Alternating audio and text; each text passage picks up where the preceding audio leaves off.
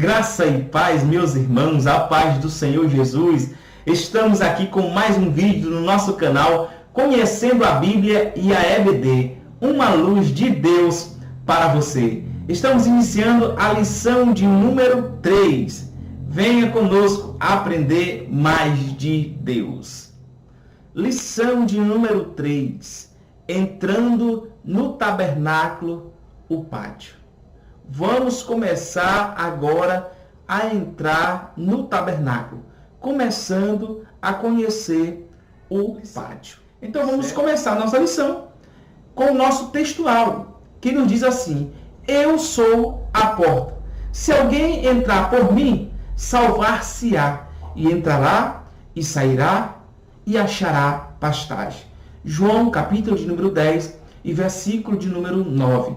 Quem está falando é Jesus. Eu sou a porta.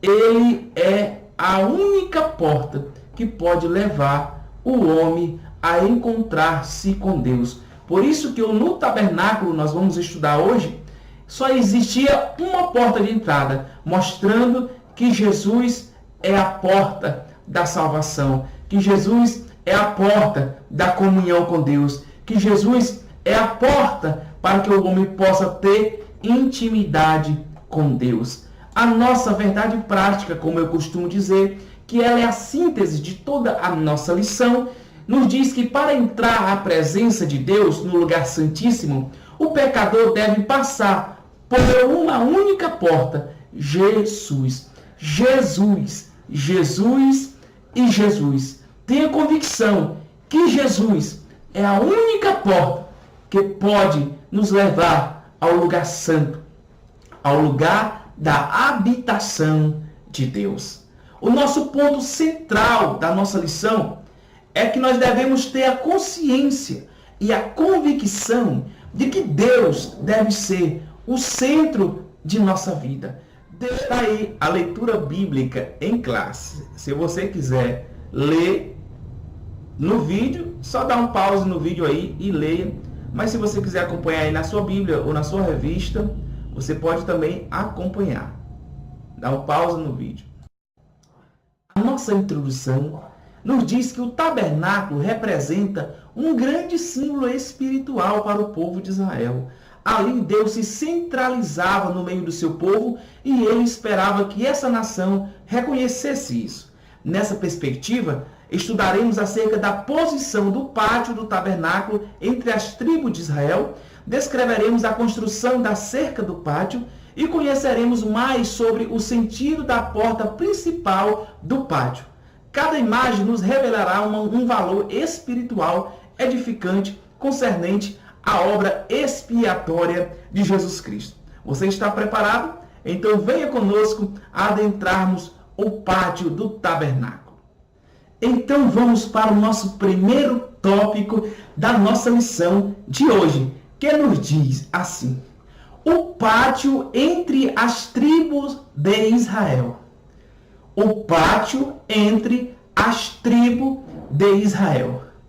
Quando Moisés distribuiu as tribos em torno do pátio do tabernáculo, estava revelado nesse ato um senso de organização divino. Por quê? Porque foi Deus que pediu para Moisés construir um tabernáculo para que ele pudesse habitar no meio do seu povo.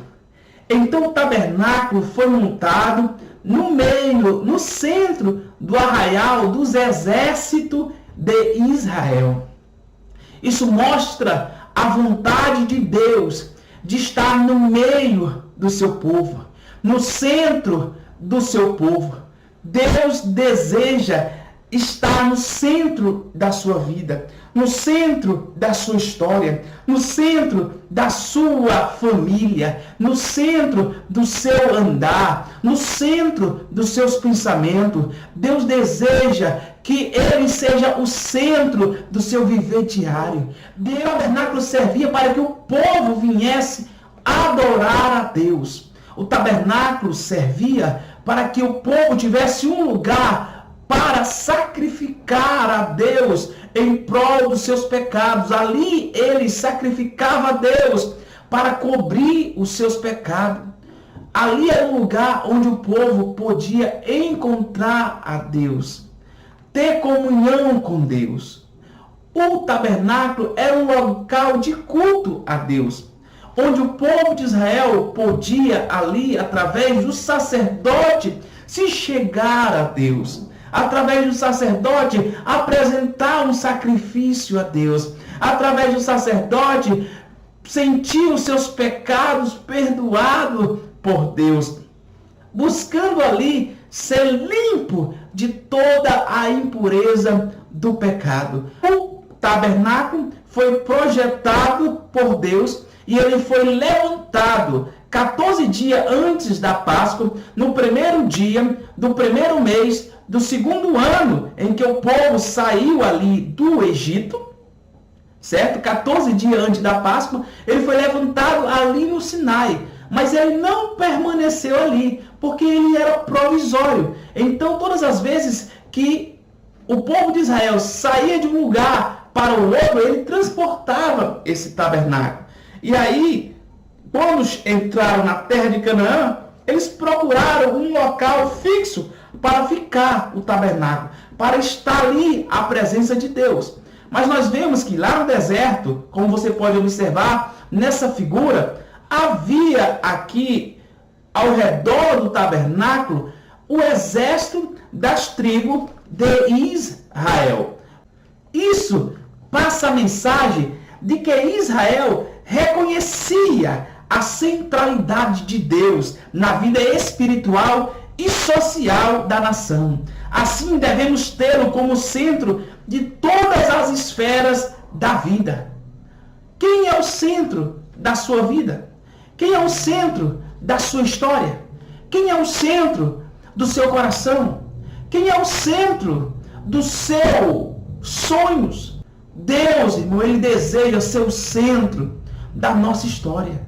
Deus, ele deseja ser o centro do nosso viver diário. Nós precisamos reconhecer Deus não só na igreja, mas também na nossa vida social.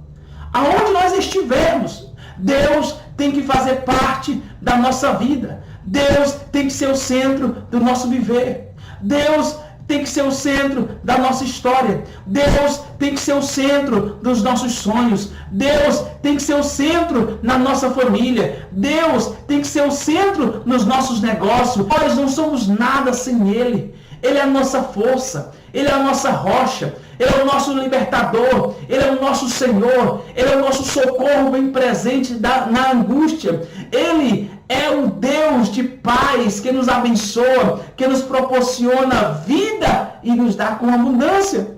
Então, irmão, deixa Deus ser o centro da sua vida. Aqui o povo de Israel estava reconhecendo que o tabernáculo no centro ali do seu arraial mostrava que Deus estava no controle, que Deus estava comandando a sua história. Deixa Deus ser o centro da sua vida. Olha aqui, o pátio do tabernáculo estava em torno e no centro das tribos. Aqui está expressa a vontade de Deus em seu centro do seu povo. Está no centro do seu coração. Hoje nós é que somos o tabernáculo. Hoje é nós que somos o lugar onde Deus quer habitar. Deus quer habitar no meio do seu povo. Deus quer habitar dentro do nosso coração. Deus quer fazer parte da sua história. Deixa Deus dominar o seu coração. Como disse Paulo, não vivo mais eu, mas é Cristo que vive em mim. E a vida que agora vivo, vivo-a na fé do Filho de Deus, o qual morreu e se entregou por mim. Glória a Deus. O que é que nós devemos aprender nesse primeiro tópico? Está aí. A montagem do tabernáculo era provisória e o pátio ficava no centro das tribos de Israel. De Sinai até Canaã passaram-se muitos anos, irmãos. Antes de Israel entrar em Canaã, Moisés orientou que um lugar fixo deveria ser estabelecido para o tabernáculo. Inicialmente, a estrutura foi montada em Gilgal. Depois, a transferiram para Siló, que ficava no território de Efraim. Tempos mais tarde, nos períodos de Saul e Davi, e por causa das guerras internas e externas, a Arca da Aliança ficava alojada em lugares diversos, o que demonstrava que o tabernáculo já não tinha uma localização fixa. Finalmente, Jerusalém foi conquistada por Davi. E no reinado de Salomão, o tabernáculo ele deu lugar ao templo de Jerusalém, onde o próprio Deus confirmou o lugar e aprovou com a manifestação da sua glória. Mas para fechar, quando a mulher samaritana percebeu que Jesus era um profeta, ela quis tirar uma dúvida que queimava o seu coração, que queimava o seu interior. Ela estava confusa aonde o local de adoração a Deus.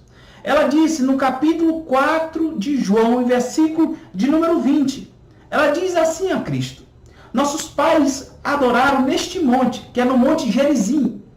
E vós dizeis que é em Jerusalém, lá no templo que Salomão construiu, que foi o substituto do tabernáculo. E ali em Jerusalém, quando Salomão construiu aquele templo, colocou ali a Arca da Aliança, ali era o local de adoração. Era o local do sacrifício a Deus, onde sacrificava, onde o povo se reunia para cultuar a Deus, para adorar a Deus. E ela queria saber em qual monte adorava a Deus, se em Jerusalém ou se no Monte Gerizim. E Jesus, irmão, disse para ela que nenhum dos dois lugares era um lugar de adoração. No 21, disse-lhe Jesus: mulher, crê-me que a hora vem em que nem neste monte e nem em Jerusalém adorareis ao Pai. Vós adorais o que não sabeis. Nós adoramos o que sabemos, porque a salvação vem dos judeus. Mas a hora vem. Está chegando a hora, mulher. E ele diz no versículo 23, e agora ele chegou a hora. É o momento. Quando Jesus veio a esta terra, ele trouxe um novo local em que você possa adorar a Deus. Não é nem no tabernáculo antigo, criado lá por Moisés e o povo em parceria com Deus no deserto, nem no templo de Salomão, que foi destruído por Nabucodonosor. Mas ele diz, o 23, agora é a hora em que os verdadeiros adoradores adorarão o Pai em espírito e em verdade, porque o Pai procura a tais que assim o adorem. Deus é espírito e importa que os seus adoradores o adorem em espírito e em verdade. Aqui nós temos a convicção de que Jesus Cristo disse que não importa aonde você esteja, porque para adorar Deus não há mais local fixo. Não é lá no Monte Gerizim e nem lá em Jerusalém, mas a hora chegou. Não, que não é necessário mais um local intitulado ali Deus está. Não, porque Deus quer habitar agora dentro do nosso coração. Deus quer habitar nesse tabernáculo, aleluia, de barro. Deus quer habitar no tabernáculo chamado pessoas. E aonde estiver um coração, aonde estiver uma mente que coloque Deus como centro do seu viver, que adore a Ele de todo o coração, de toda a sua alma, de todo o seu espírito, essa pessoa consegue alcançar a Deus. Essa pessoa consegue se comunicar com Deus. Essa pessoa consegue ter intimidade com Deus. Essa pessoa consegue se relacionar com Deus. Jesus estava dizendo que havia muitas pessoas que iam ao Monte Gerizim adorar, mas adoravam aquilo que não conhecia. Jesus estava dizendo que havia muitas pessoas que iam a Jerusalém adorar, mas não adoravam em seu espírito. Adorava só por boca, adorava só porque era ritual, tinha que ir, todos os anos tinha que ir. E Jesus estava dizendo, ó, chegou a hora que não vai ser mais obrigado ninguém. E não vai ser obrigado ninguém ir a um lugar, porque vocês podem adorar a Deus em espírito e em verdade. O lugar aonde é o lugar hoje da adoração a Deus? No seu coração, no seu espírito. Deus é espírito e importa que os seus adoradores o adorem em espírito e em verdade. Não basta você só ir a um templo, irmão, a uma congregação, a uma igreja, chegar lá, fazer todo o ritual, passar 1h30, 2 horas de culto cantando, se o seu coração, Deus não é o centro. Se na sua vida, Deus não é o centro. Se no seu pensamento, Deus não é o centro. Não adianta de nada, porque Deus está procurando aqueles que o adoram em espírito e em verdade. Eles podem até não estar no templo, mas eles estão com Deus no seu coração, na sua vida, no seu viver diário. Jesus disse, aonde estiver 2 ou 3 reunidos, aonde? No Monte Gerizim? Não. Aonde? No Templo de Salomão? Não. Ele não disse o local. Aonde estiver 2 ou 3 reunidos, onde estiver, não importa o local, se estiver reunido em meu nome, eu estarei no meio. Eu estarei no meio. Eu estarei no meio deles. Quer ter a presença de Deus? Coloque Ele como centro da sua vida.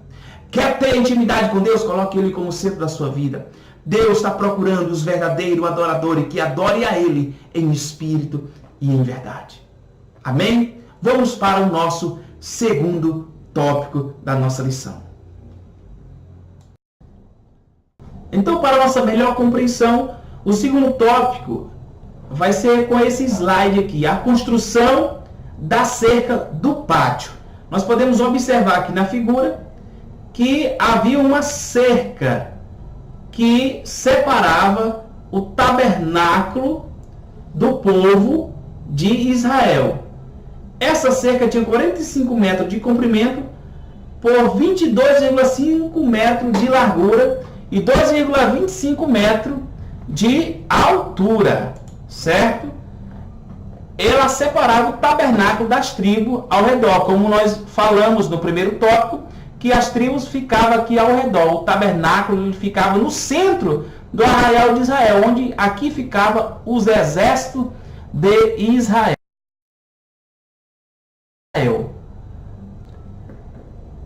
Havia nesse tabernáculo aqui 60 colunas de bronze sobre quais havia um cortinado de linho branco torcido, de aproximadamente 2,25 metros de altura. São 60 colunas de bronze.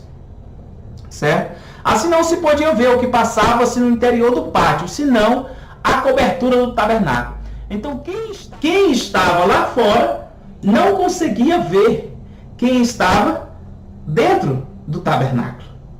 Eu quero chamar a atenção dos irmãos, fazer aqui uma observação, que muitas vezes os irmãos querem julgar o outro irmão pelo que está fora, porque não conhece o que está dentro.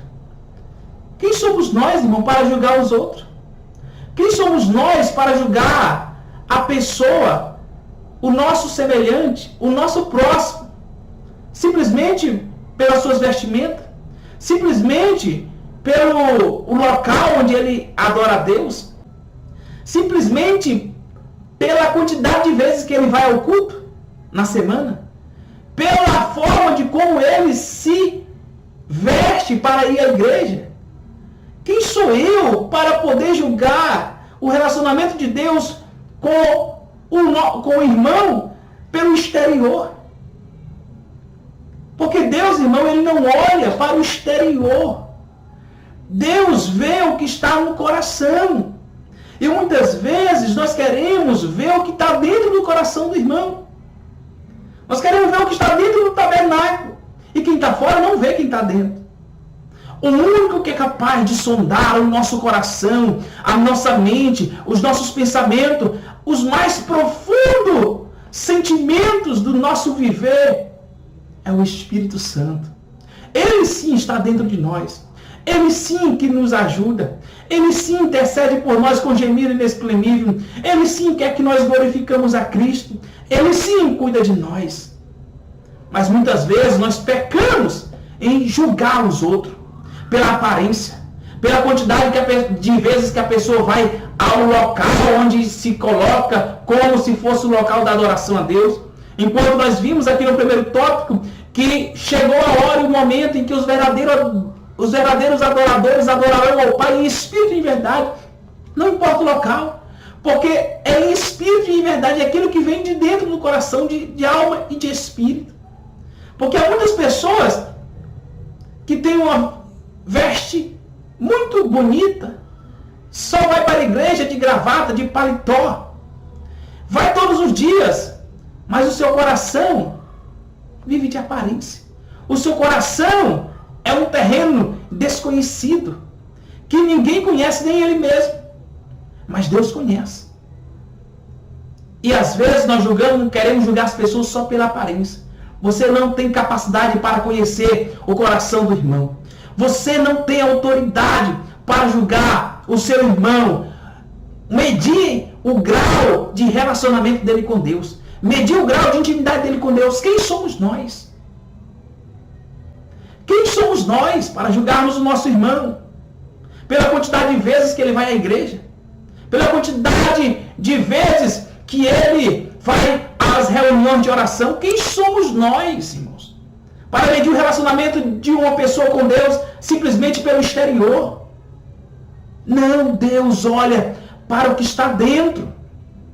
Jesus chamou a atenção dos fariseus, dos escribas, dos sacerdotes, que disse: olha, por fora vocês estão muito bonitinhos, o exterior, as pessoas estão olhando por fora, estão vendo vocês muito comportados, bem vestidos, estão nas orações, estão em todas as reuniões do templo, mas deixa eu dizer, por dentro, vocês são podres.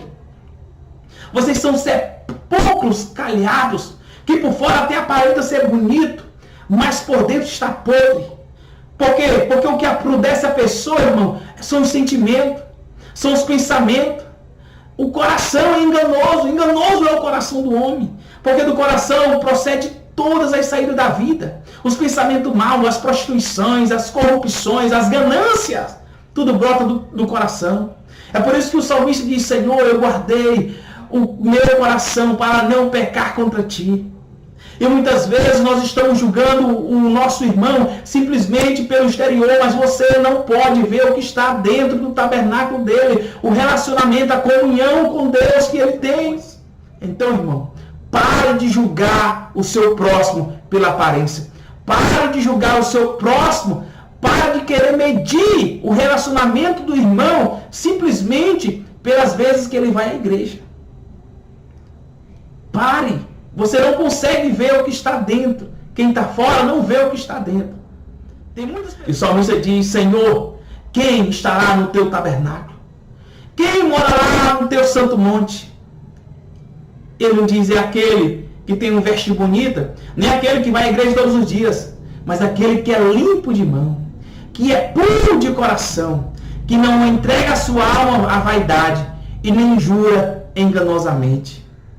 É esse que tem relacionamento com Deus, que tem intimidade com Deus, que Deus aprova, que Deus ama, que Deus procura. Aquele que verdadeiramente adora o Pai em espírito e em verdade.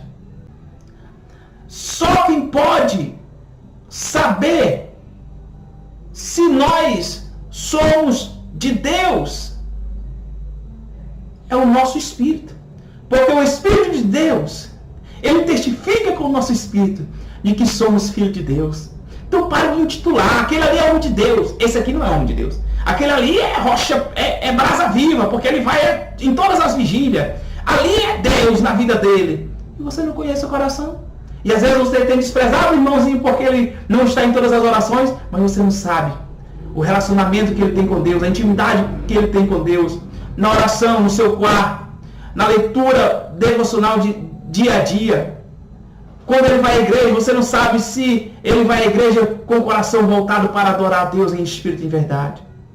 Então, irmão, pare de julgar o outro com as aparências, porque você não consegue ver o que está dentro.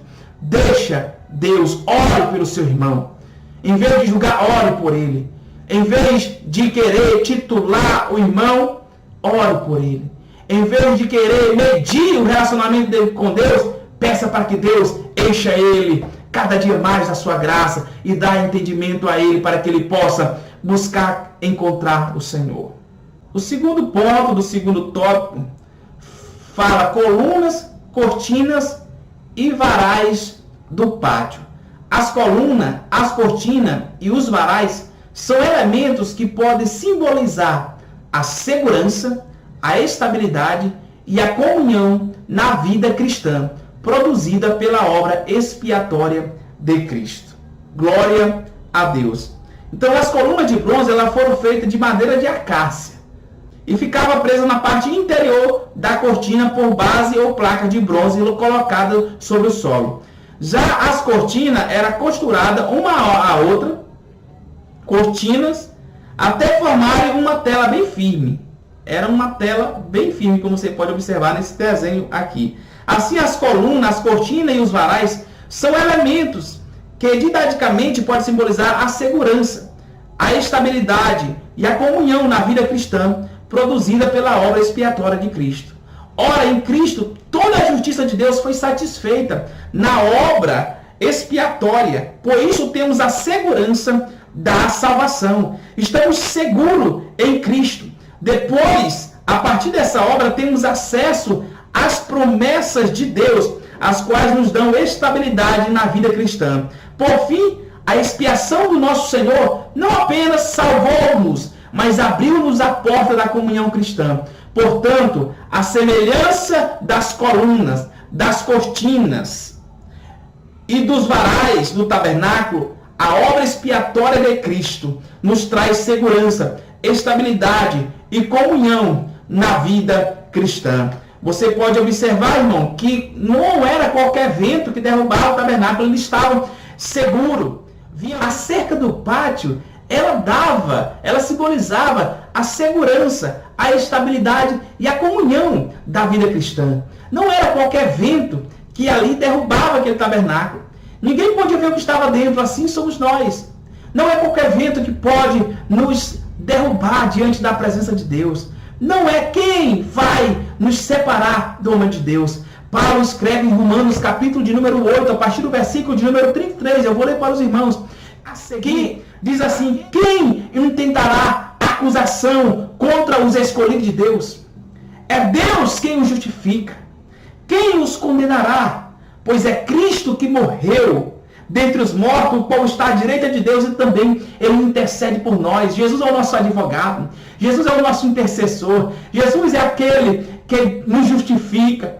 Ele diz, através de João, 1 João capítulo de número 2, filhinhos, não pequeis, mas se todavia pecar, temos um advogado para com o Pai, Jesus Cristo, o justo, e ele é a propiciação pelos nossos pecados, não somente pelos nossos, mas pelo de todo mundo.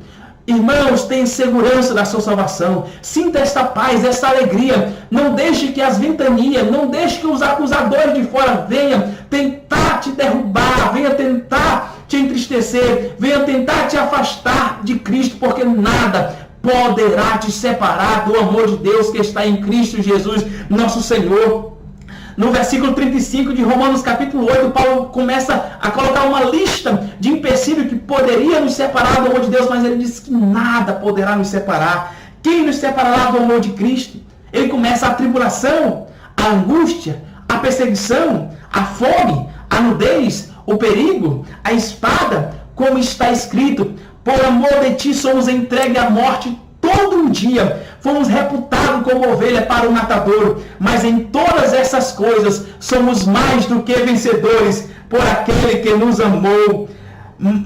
Porque estou certo de que nem a morte, nem a vida, nem os anjos, nem os principados, nem as potestades, nem o presente, nem o porvir, nem a altura, nem a profundidade, nem alguma outra criatura nos poderá separar do amor de Deus que está em Cristo Jesus, nosso Senhor. Nada poderá nos separar do amor de Deus que está em Cristo Jesus, nosso Senhor. É isso que está representando a segurança da salvação, a estabilidade em Cristo, que é a nossa rocha. Aleluia, a comunhão com Deus. A sua comunhão com Cristo lhe dá estabilidade e segurança da salvação, porque o Espírito Santo na sua vida é o penhor da sua salvação.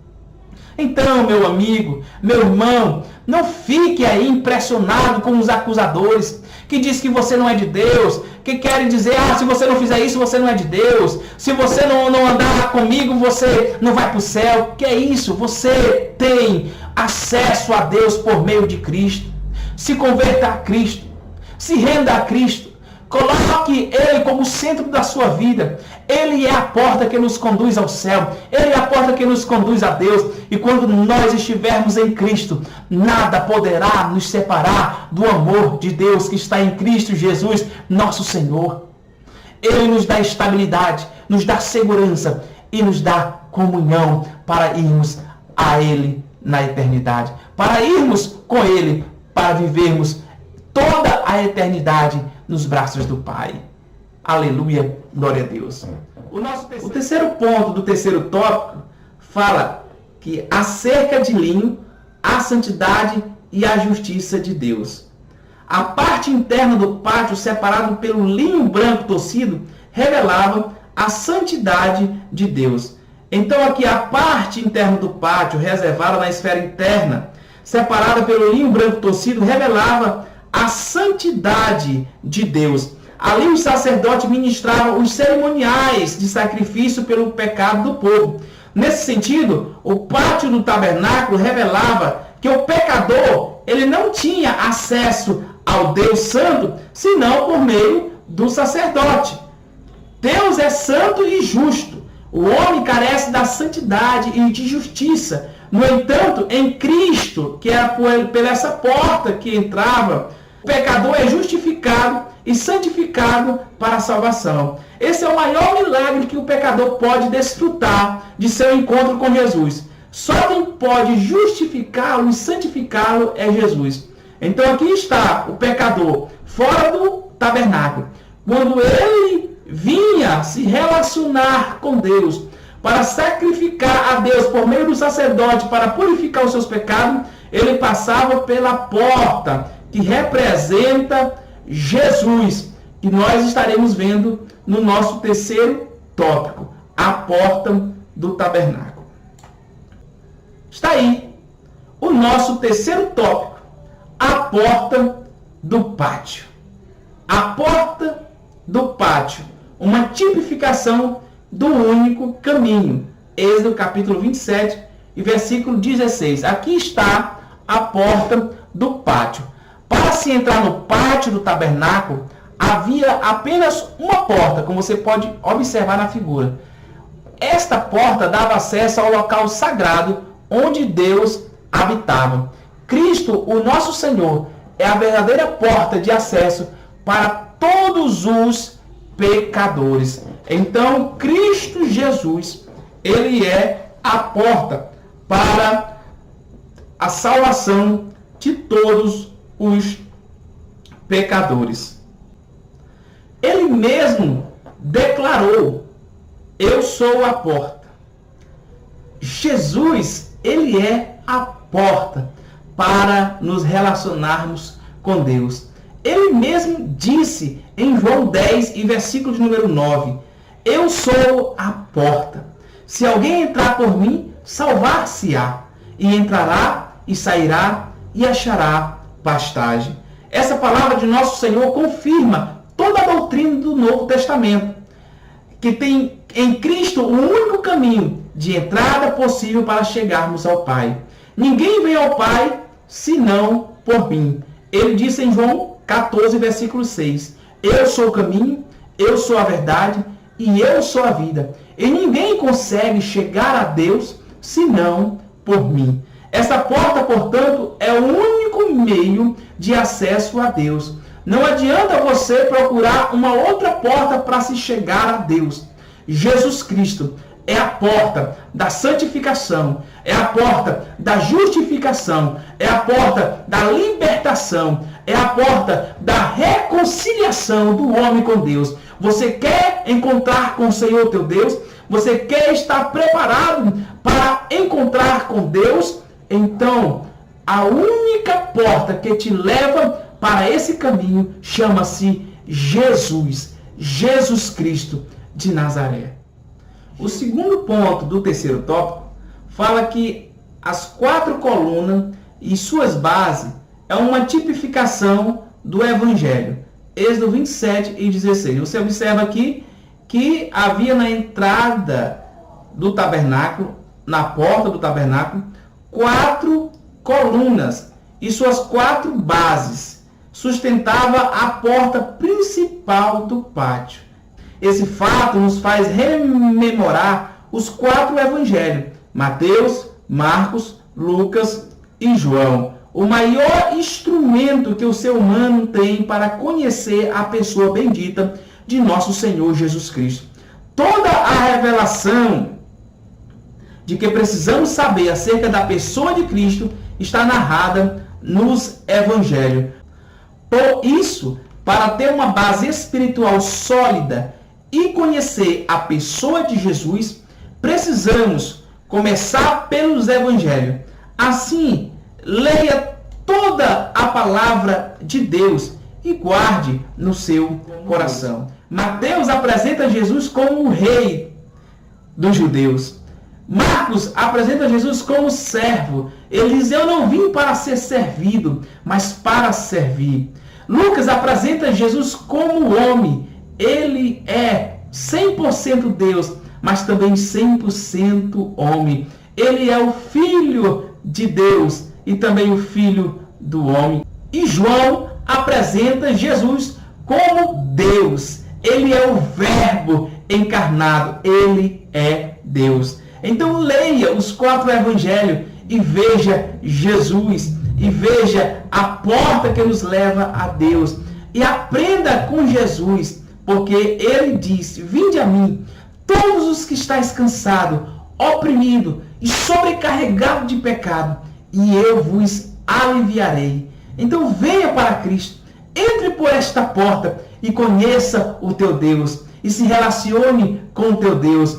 Leia os evangelhos e aprenda com Jesus como agradar a Deus.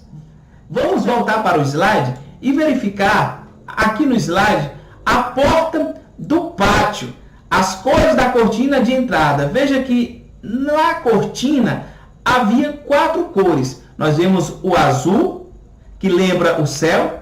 Jesus veio e foi para o céu. Jesus veio do céu. Ele é Deus que veio e se encarnou e se fez homem para nos salvar. A púrpura, que lembra a realeza. Jesus é o Rei dos Reis e Senhor dos Senhores. O carmesim, que lembra humilhação e sofrimento. Jesus foi humilhado e moído pelos nossos pecados. E nós temos também o branco, que lembra da justiça. Jesus, ele é justo e perfeito. Então essas 4 cores representam que Jesus é do céu, que Jesus é rei, que Jesus, ele desceu do céu, ele se fez menor que os anjos, ele se humilhou e tornou-se homem e morreu na cruz do Calvário, sofreu pelos nossos pecados para nos justificar. O justo, ele nos justificou diante de Deus, e nele toda a justiça de Deus foi satisfeita. Então o branco representa a justiça dos santos, o linho branco, a justiça dos santos. Nós fomos justificados por meio de Cristo a Deus. Então quando Deus olha para nós, ele não vê mais nós como pecadores, mas vê nós como justos, porque Jesus Cristo nos justifica de todo pecado. João diz: se confessarmos os nossos pecados, ele é fiel e justo para perdoar os nossos pecados e nos purificar de toda a injustiça. Jesus, ele morreu na cruz para nos justificar diante de Deus. Por isso que Paulo fala em Romanos capítulo de número 5 e versículo de número 1. Sendo, pois, justificado pela fé, temos paz com Deus por nosso Senhor Jesus Cristo. Jesus, ele é a porta que nos leva a ter paz com Deus, a ter graça diante de Deus. Jesus é a porta que nos dá paz com Deus, que nos leva a nos reconciliarmos com Deus. Então, meu irmão, meu amigo, Jesus é a única porta que te dá paz com Deus. Ele diz: eu vos dou a paz. A minha paz eu vos dou. A paz que o mundo não conhece. A paz que é independente das circunstâncias. Essa paz de confiança em Deus.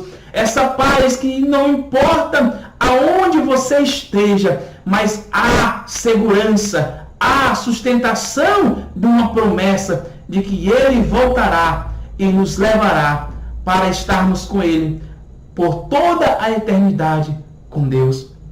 Então, meu amigo, venha para Cristo, creia em Cristo, entre por esta porta e se relacione com o seu Deus.